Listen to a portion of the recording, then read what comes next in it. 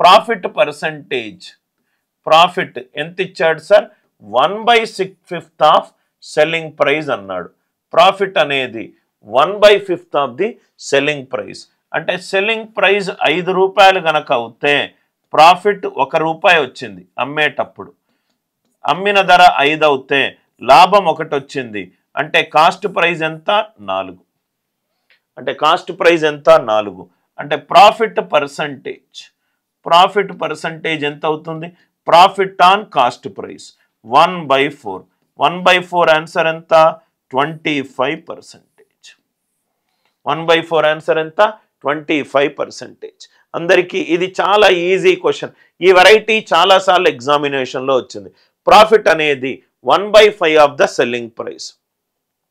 Selling price 5 అనుకుంటే profit 1 అంటే కొన్న ధర 4. ప్రాఫిట్ పర్సంటేజ్ ఏమవుతుంది? 1/4. 1/4 ఎంత? 25%. ఇక్కడ చూడండి సార్, ఇక్కడ ఒక టేబుల్ ఇచ్చాడు, 2 ఐటమ్స్ ఇచ్చాడు, షర్ట్, ట్రౌజర్. అమ్మిన ధర ఇచ్చాడు, లాభము ఇచ్చాడు. అంటే కాస్ట్ ప్రైస్ కనుక్కోవాలి. కాస్ట్ ప్రైస్ కనుక్కోవాలి అంటే 1200లో 1200కు అమ్మాడు, కొన్న ధర తెలియదు, ప్రాఫిట్ మాత్రం 20%. 100 మీద 20 పెరిగింది. 120 120 పోతే 10 × 100 అంటే షర్ట్ కొన్న ధర ఎంత? 1000 రూపాయలు. షర్ట్ కొన్న ధర 1000 రూపాయలు. ట్రౌజర్ అమ్మిన ధర ఇచ్చాడు, ప్రాఫిట్ ఇచ్చాడు. అమ్మిన ధర ఎంత? 660. కాస్ట్ ప్రైస్ ఇంటూ 100 మీద 10% ప్రాఫిట్ 110. అంటే ట్రౌజర్ యొక్క కొన్న ధర ఎంత? 600. 600. క్వశ్చన్లో ఏమడుగుతున్నాడు? షర్ట్కి ట్రౌజర్కి, షర్ట్కి ట్రౌజర్కి కాస్ట్ ప్రైస్ నిష్పత్తి అడుగుతున్నాడు. అంటే 1000:600. 1000:600. 2 5s are 10, 2 3s are 6. Answer ఎంత ఈ క్వశ్చన్కి? 5:3. ఆన్సర్ ఎంత ఈ క్వశ్చన్కి? 5:3. అమ్మిన ధర ఇచ్చాడు, ప్రాఫిట్ పర్సంటేజ్ ఇచ్చాడు, ఈజీగా కాస్ట్ ప్రైస్ కనుక్కోవచ్చు. షర్ట్ కొన్న ధర 1000, షర్ట్ ట్రౌజర్ కొన్న ధర 600, వాటి మధ్య నిష్పత్తి 1000:600. ఆన్సర్ ఎంత? 5:3. లాజిక్ క్లియర్గా? ఏ seller sold 19 cookies for 95 rupees instead of 20 cookies. ఒక పర్సన్ అట, అమ్మే వ్యక్తి అట 20 చాక్లెట్లు అమ్మాలి. 20 చాక్లెట్ల బదులు 19 చాక్లెట్లే అమ్మాడట. రైట్? 19 చాక్లెట్లు ఎంతకు అమ్మాడు? 95 రూపాయలకు అమ్మాడట. In 1 kg cheating a customer. 20 చాక్లెట్లకు 95 రూపాయలు యాక్చువల్గా. కానీ అతను ఒక కస్టమర్ రాగానే నేను 19 చాక్లెట్లకే 95 అని చెప్పాను. Okay, what is the gain if the seller bought the cookies for 76 rupees? Seller bought the cookies. అమ్మిన వ్యక్తి ఇంకొక వ్యక్తికి 19 చాక్లెట్లు 95 రూపాయలకు అమ్ముతున్నాడు. యాక్చువల్గా అమ్మాల్సింది ఎన్ని చాక్లెట్లకు? 20 చాక్లెట్లకు 95 రూపాయలు. కానీ 19 చాక్లెట్లకే 95 అంటున్నాడు. సో కానీ ఈ సెల్లర్ ఏం చేశాడంటే 76 రూపాయలకు 20 చాక్లెట్లు కొన్నాడు. తను 20 చాక్లెట్లు కొన్నాడు సార్. 20 చాక్లెట్లు ఎంత కొన్నాడు? 76 రూపాయలకు కొన్నాడు. 76 రూపాయలకు కొన్నాడు. రైట్? అంటే ఒక్కొక్క చాక్లెట్ ధర ఎంత? కాస్ట్ ప్రైస్ ఆఫ్ 1 చాక్లెట్ ఏమవుతుంది సార్? 76/20. 76/20 అంటే 3.8. 3 రూపాయల 80 పైసలు ఒక్క చాక్లెట్ ధర. తను 20 చాక్లెట్లు రైట్ కొన్నాడు అంటే 3 రూపీస్ 80 పైసా పడ్డది. అమ్మేటప్పుడు ఏం చేశాడంటే he sold 19 cookies for 95 rupees. అమ్మేటప్పుడు 19 చాక్లెట్లు అమ్మాడు. అంటే 19 చాక్లెట్లకు తను ఖర్చు పెట్టిన అమౌంట్ ఎంత? 19 చాక్లెట్స్కి తను ఖర్చు పెట్టింది ఎంత? 19 చాక్లెట్స్కి 19 × 3.8. 19 × 3.8. ఈ 3.8 మీకు కష్టంగా ఉంటే 4 - 0.2 రాసుకోండి. 4 - 0.2. 19 4s are 76 - 3.8 అంటే ఇది 72.2. 72.2 కాస్ట్ ప్రైస్. తను 19 చాక్లెట్లకు ఖర్చు పెట్టింది ఎంత? 72.2. అమ్మేటప్పుడు 19 చాక్లెట్లే అమ్మాడు. సెల్లింగ్ ప్రైస్ ఆఫ్ 19 చాక్లెట్స్ ఎంత సార్? 95.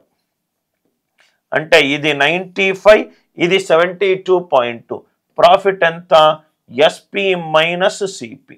అంటే 95 మైనస్ 72.2. దీని ఆన్సర్ ఎంత? 22.8. 22.8. చూడండి సార్, ఒక షాప్ కీపర్ ఉన్నాడు. షాప్ కీపర్ 20 చాక్లెట్లకు 95 రూపాయలు అమ్మాల్సిన బదులు 19 చాక్లెట్లకు 95 రూపాయలు అమ్మాడు. 19 చాక్లెట్లు 95 రూపాయలకు అమ్మాడు. అమ్మేటప్పుడు 95 రూపాయలకు అన్నాడు. అంటే 19 చాక్లెట్లు అతను దాని మీద దాను ఖర్చు పెట్టినట్టే కదా. ఖర్చు పెట్టడానికి అతను చాక్లెట్లు, ఒక చాక్లెట్ 3 రూపాయల 80 పైసలకు కొంటే తను 19 చాక్లెట్ అమ్మాడంటే ఫస్ట్ అవి కొన్నాడని అర్థం. 19 చాక్లెట్ కొనడానికి ఎంత ఖర్చు అయింది? 72.2.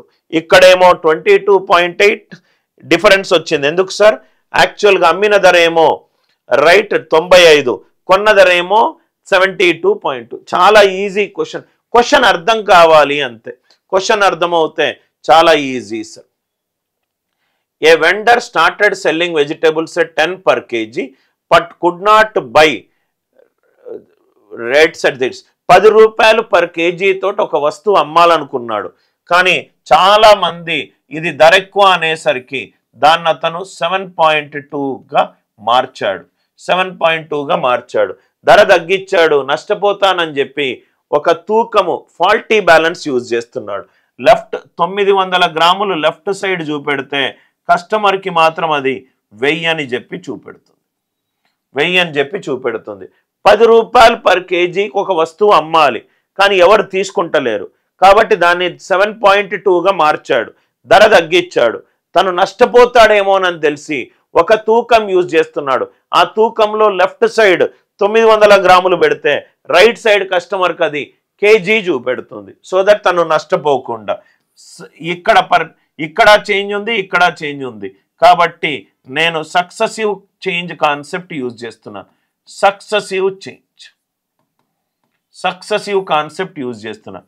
10 into 900 ఇట్ ఈస్ 72 into 100. ఎందుకు సార్ 72 into 100 అయింది? 7.2 into 10 ఏమవుతుంది? 72. సో ఇక్కడ 2 జీరోలు, ఇక్కడ 2 జీరోలు. 9 ones are 9 8s are. 10 is becoming 8. 10 is becoming 8. అంటే 2 on 10. 1/5 ఎంత? 20%. 1/5 ఎంత? 20%. Are you all with me? అందరికీ ఈ లాజిక్ క్లియర్గా అర్థమైందా? I hope the concept it is very much clear. Next one. A shopkeeper cells rice at the rate of 44 per kg where cost price is 40 per kg. Shop keeper ఏం చేశాడు? 40 రూపాయలు వస్తువు ఉన్న ఒక వస్తువుని 44 రూపాయలకు అమ్ముతున్నాడు. అంటే దీంట్లో ఒక ప్రాఫిట్ వచ్చింది. మళ్ళీ ఏం చేశాడు? ఇంకా నాకు లాభం ఎక్కువ రావడానికి రైట్ లెఫ్ట్ ఒక 200 గ్రాములు తీసేశాడు. అంటే తూకంలో లెఫ్ట్ సైడ్ 800 కనుక ఉంటే రైట్ సైడ్ కస్టమర్కి అది 1000 గ్రాములు చూపెడుతుంది. ఇక్కడ లాభం పొందాడు, ఇక్కడ లాభం పొందాడు. అంటే ఇది ఏ కాన్సెప్ట్ యూజ్ చేసుకుంటున్నాము? Successive concept, change concept use చేసుకుంటున్నాం. సక్సెసివ్ కాన్సెప్ట్ యూజ్ చేసుకుంటున్నాం. సో ఇదేమైంది? 40 into 800. ఇదేమో 44 into 1000. 44 into 1000. అంటే 1 2 3 1 2 3 4 8s are 32. ఇదేమో 44. ఇది 32, ఇది 44. 4 8s are 32. 4 11s are 44. 8 కాస్త 11 అయింది. 8 కాస్త 11 అయిందంటే 3 పెరిగింది 8 మీద. 3/8 ఎంత సార్? 37.5%. చాలా ఈజీ క్వశ్చన్. మనకు జస్ట్ క్వశ్చన్ అర్థమవుతే చాలు మనకు ఆన్సర్ చాలా ఈజీగా వస్తుంది. కాన్సెప్ట్ అందరికీ క్లియర్ అయిందా?